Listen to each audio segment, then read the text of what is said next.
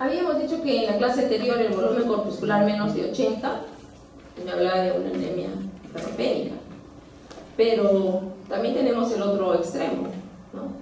Pacientes que tienen un volumen corpuscular medio mayor de 99 de 100, entonces estamos catalogándolo dentro de los pacientes que tienen anemia macrocítica. No decimos de frente por déficit de vitamina B12 o ácido fólico, es decir, megaloblástica. Primero decimos macrocítica, porque también puede haber otras entidades que me expliquen por qué ese tamaño de ese glóbulo rojo tan grande, ¿no? Entonces, veamos, en los pacientes que tienen un volumen corpuscular medio, trabajen con sus laboratorios, ¿no? De 96, mayor de 100, y estoy pensando en megaloblástica, entonces tengo que dosar mi dosaje de vitamina B2 y ácido fólico, que estarán por debajo del índice normal. Pero si encuentro pacientes que tienen puedo tener pacientes, perdón, con anemia macrocítica, normoblástica, pero que tienen de por medio otras enfermedades, ¿no? Por ejemplo, tienen enfermedades hepáticas, tienen enfermedades como el hipotiroidismo, pacientes que están recibiendo algún tratamiento, ¿no? Alguna droga, ¿no? O de repente pacientes con alcoholismo crónico, o pacientes que tienen problemas de hemorragias, hemólisis, donde hay un incremento de los reticulocitos a nivel periférico. Perdón, para atrás. Entonces, hablar de anemias macrocíticas, esto es un grupo también heterogéneo de enfermedades que lo van a compartir. ¿Cuál es la causa más frecuente? Un déficit de vitamina B12, ácido fólico, y esto va a ocasionar pues la presencia en médula ósea de estos megaloblastos. Pero dijimos que no siempre estas son las únicas causas, ¿no? También tenemos otras causas que es un porcentaje más bajo, quizá un 5% de las anemias macrocíticas, y ahí vamos a incluir pacientes con, por ejemplo, eritropoiesis normal, es decir, en un cuadro de hemólisis, porque tiene sobre todo hemólisis crónica, o en un paciente que tiene una anemia por poshemorrágica, o también en aquellos pacientes que tienen hepatopatías o tienen un aumento de la superficie eritrocitaria, o también podemos encontrarlo en pacientes con síndromes mielodisplásicos, o en pacientes que tienen algún hábito de alcohol, tabaco, pacientes con hipotiroidismo, con enfermedades crónicas pulmonares, o con alguna presencia de crioglutininas, sangre, algún recuento de artefactos como el uso de autoanalizadores, crioglutininas, hiperglicemia, sangre conservada, hiponatremia o alguna idiopática, pero ese 5% no es lo que, simplemente es para que ustedes vean de que toda macrocítica no necesariamente es megaloblástica.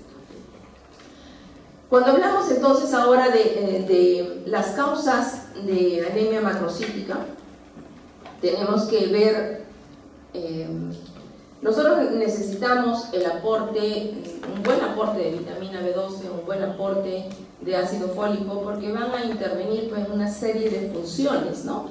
Y nosotros vamos a encontrar anormalidades en el metabolismo del DNA, ¿no? Cuando esté utilizando yo algún medicamento que me impida la absorción de estos dos elementos, ácido fólico o B12, sí, por ejemplo, podemos estar utilizando medicamentos como por ejemplo el metrotexate. Entonces, a todo paciente que tiene artritis reumatoidea, uso metrotexate, tengo la obligación de darle ácido fólico. Y si no lo hago, estoy en falta. Si tengo pacientes con HIV y los tengo con medicamentos, vamos a poner dentro del medicamento que estoy utilizando la acidourina, o aquel paciente que está utilizando azathiopina, o estoy utilizando hidroxiuria, tengo la obligación de darle como suplemento estos medicamentos, porque si no lo voy a tener en déficit por no haberlo aportado. Y lo más frecuente, como les digo, es la deficiencia de ácido fólico y B12. Pero también tenemos que buscar otros diagnósticos diferenciales dentro de los desórdenes mielodisplásicos, en problemas de leucemia, en enfermedades de lípidos, por ejemplo, anormalidades de lípidos, ya sea por enfermedades hepáticas, hipotiroidismo, ¿no? Bueno, esto es básicamente lo que les he mencionado. Vamos a la introducción de la vitamina B12. ¿Por qué es importante la vitamina B12? ¿Para qué me sirve, no? Normalmente todos ingerimos la vitamina B12, sí. Todos los que comemos carnes, los que tienen una dieta estrictamente vegetariana, tienen que aportar la vitamina B12 exógenamente, porque la vitamina B12 va dentro de los alimentos que consumimos diariamente con carnes. ¿Cuál es nuestra... diariamente nosotros estamos, nuestra necesidad diaria va entre 2 a 5 microgramos y el depósito hepático oscila entre 2 a 5 miligramos. Es decir, que nosotros tenemos una reserva que puede durar hasta 4 años, si es que yo tengo un mal aporte. El suplemento dietario de vitamina B12 suele ser entre 3 y 30 microgramos por día, ¿no? ¿Dónde la vamos a ingerir? Carnes, vísceras, ¿no? No se olviden que la cobalamina es sintetizada únicamente por microorganismos que se encuentran en los animales, ¿no? La absorción de la vitamina B12 suele ser de 1 a 3 microgramos cada 24 horas, más o menos esa es la cantidad que nosotros perdemos. ¿Cómo es que ingresa contra nuestros alimentos? Hay una enzima a nivel de nuestra saliva que es la aptocorrina, ¿no? Ingresa la vitamina B12 hasta el estómago, y en el estómago está acompañada ahí la vitamina B12 con esta aptocorrina, pero luego llega al duodeno, y allí llega el factor intrínseco que proviene de las células parietales del estómago y desplaza la aptocorrina y se liga a ella, ¿no? Y se forma pues ese complejo con el factor intrínseco. Este complejo vitamina B12 factor intrínseco va a llegar hasta el ilion terminal, y ahí se encuentran una serie de receptores específicos que se llaman cubilinas, ¿no? Y que van a permitir que se introduzca este complejo dentro de la célula. Así la vitamina B12 ya es liberada posteriormente al plasma y transportada por proteínas específicas de transporte que se llaman transcobalaminas, que hay 3, pero la que se encarga de ser el transportador específicamente es la de tipo 2. Una vez ya dentro de las células, la vitamina B12, ¿qué va a hacer? ¿Para qué sirve? Decíamos que interviene en el metabolismo ¿de quién? Del ADN. Entonces dijimos que aquí vamos a recordar algo de la bioquímica, porque va a intervenir como cofactor en la conversión de hemocisteína en metionina, y también a otro nivel en la isomerización de la metilmalonil-coenzima A en succinil-coenzima A. Vamos al final, ¿por qué es necesario esto? ¿Por qué un paciente que tiene anemia, que tiene déficit de vitamina B12, que tiene alteración de los cordones posteriores, que tiene una mala formación a nivel de mielina? Por todo esto, por eso agarran su diapasón, hacen la búsqueda de los reflejos profundos, y estos pacientes que tienen déficit de vitamina B12 no sienten el sabor de los alimentos, no hay equilibrio en su marcha, y encuentran alteración de la sensibilidad propioceptiva, porque hay alteraciones a nivel de la formación de la mielina.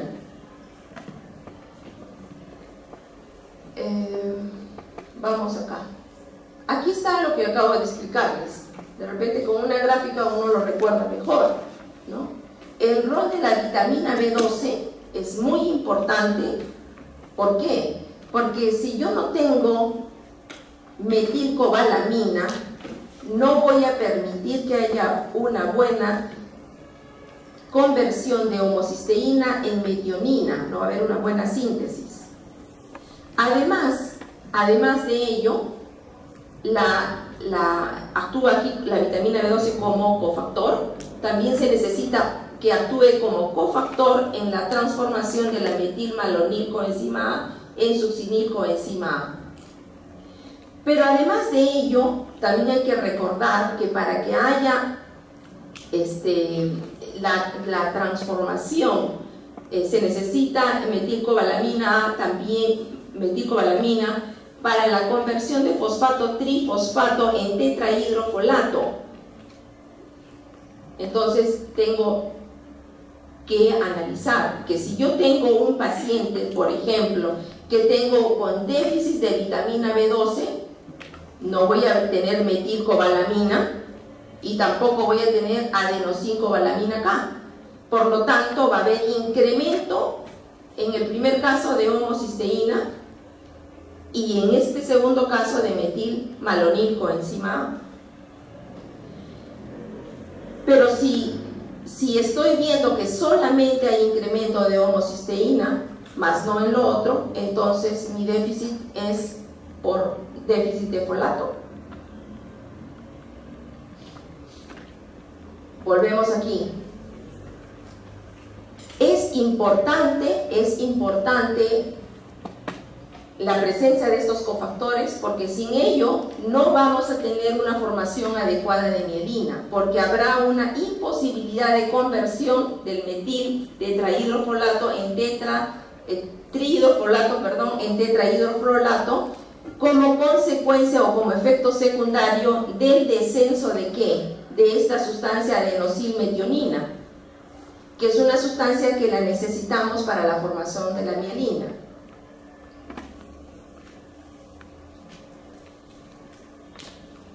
Además, cuando hablamos de la bioquímica de la anemia megaloblástica, ¿no? Si esta es nuestra ingesta diaria, hemos dicho para sacar esta imagen acá de la conversión del fosfato trihidrofolato en tetrahidrofolato. ¿Por qué es importante esto? Porque para la conversión, o sea, yo ya sé que voy a ingerir mi vitamina B12, ¿no? Y que me va a servir para convertir la homocisteína en metionina, pero la necesito también como cofactor en la conversión del fosfato trihidrofolato en tetrahidrofolato, porque este va a ser necesario para la formación del DNA. ¿Por qué? Porque este metil tetrahidrofolato poliglutamato, en presencia de desoxiirudina monofosfato, se convertirá en desoxitirimidina monofosfato para llegar a formar el DNA. En conclusión y en síntesis, si yo no tengo la presencia de mi vitamina B12, no voy a tener una buena formación ¿de qué hemos dicho? De metionina, que es parte de la formación ¿de quién? De mi mielina. Y necesito la presencia aquí de mi vitamina B12. Como que la necesito también para convertirlo en succinilcoenzima A, pero asimismo para la conversión y obtener el tetrahidrofolato, que es parte de la formación de la síntesis de DNA. Bien, ahora sí vamos a avanzar un poco más rápido. Vamos ahora al ácido fólico. El ácido fólico tiene varias formas activas, pero de la que acabamos de hablar es de la tetrahidrofolato. Este debe ser, el hidrofolato tiene que ser, como les dije, convertido a tetrahidrofolato para seguir su síntesis a nivel del DNA. ¿Dónde se encuentra? En los productos naturales, en las bacterias intestinales, pero esta producción es eliminada casi íntegramente por las heces. ¿Cuál es nuestro requerimiento? Va de 50 a 100 microgramos. En la gestación tenemos que aumentar a 200 a 300 microgramos. La dieta normalmente contiene una gran cantidad de folatos, de 2.000 a 3.000 microgramos de folato. El depósito donde es a nivel del hígado, entonces también se va a acumular y podemos tener ahí un acúmulo que nos puede servir en los casos de ausencia de esta ingesta hasta de 6 meses, ¿no? El folato también se acumula en el sistema eritroblasto, está en las proteínas animales, en el riñón, en el hígado, principalmente también está en las verduras, ¿no? En las espinacas, las lechugas, también en las frutas como el plátano, los melones, el limón, en los granos. En general, las fuentes más ricas, ¿no? El ácido fólico, ¿cómo se absorbe? A nivel del intestino delgado proximal, en el yeyuno, es hidrolizado a monoglutamatos, específicamente 5-metil-dihidrofolato, y luego se introduce a la célula una proteína específica y también puede ingresar por difusión pasiva. La absorción del folato se ve alterada cuando va a haber va a estar disminuida la absorción del folato cuando ingiera, por ejemplo, medicamentos como los anticonceptivos, los barbitúricos, el alcohol, la cicloserina, y va a aumentar en los casos de la leche materna. El folato,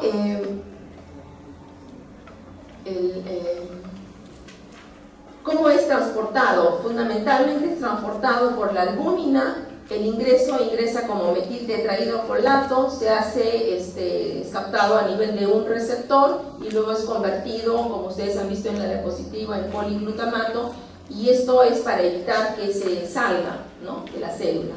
Las funciones del ácido fólico son variadas, pero el metiltetrahidrofolato en la forma implicar en el metabolismo, hemos dicho, de los precursores del ADN, ¿no? Tenemos que tener mucho cuidado, nuevamente hago hincapié aquí, los medicamentos que impiden o bloquean esos receptores. Y ahí dentro de esos medicamentos, les mencionaba el metrotexate, no olvidarnos cuando usemos las sulfas, el trimetoprim, sulfametoxazol, la pirimetamina, sobre todo en aquellos pacientes que están en tratamiento de HIV con dosis prolongadas, ¿no?, hacerles aporte de ácido fólico.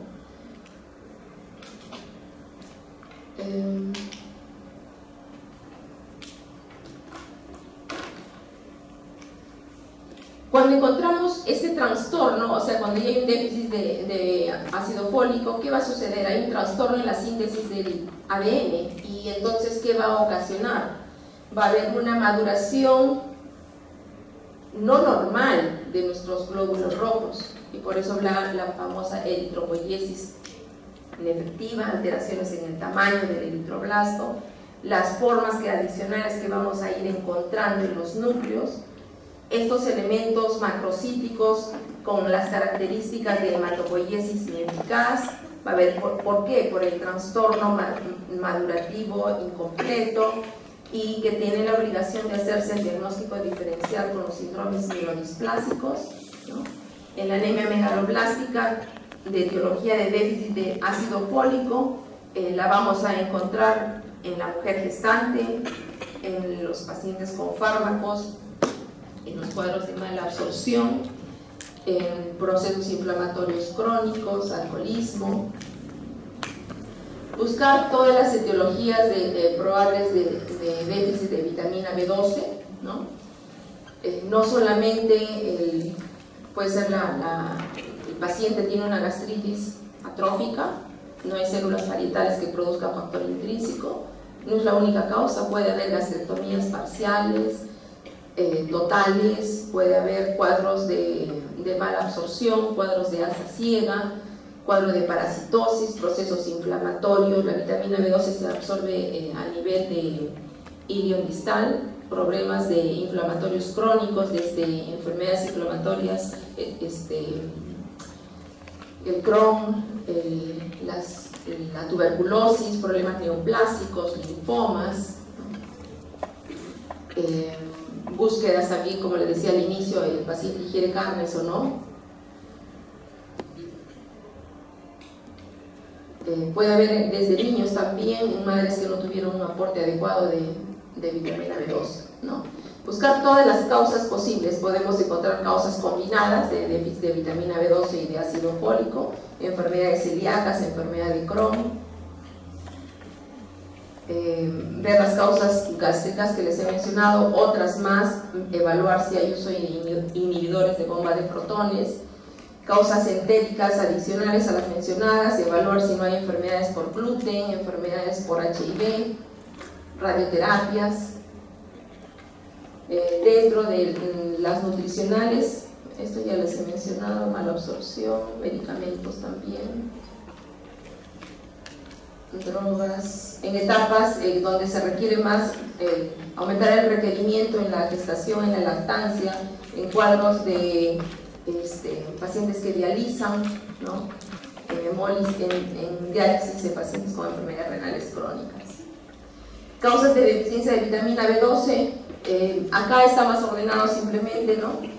Ver anemia perniciosa en todas las patologías gástricas, patologías autoinmunes, patologías de intestino, no solamente síndrome de mala absorción, enfermedades de asa corta, de Crohn, parasitosis, problemas de dieta estrictamente vegetarianos y otro tipo de fármacos, como por ejemplo tenemos muchos pacientes metabólicos que utilizan metformina dentro de las biguaminas en pacientes con diabetes, ¿no?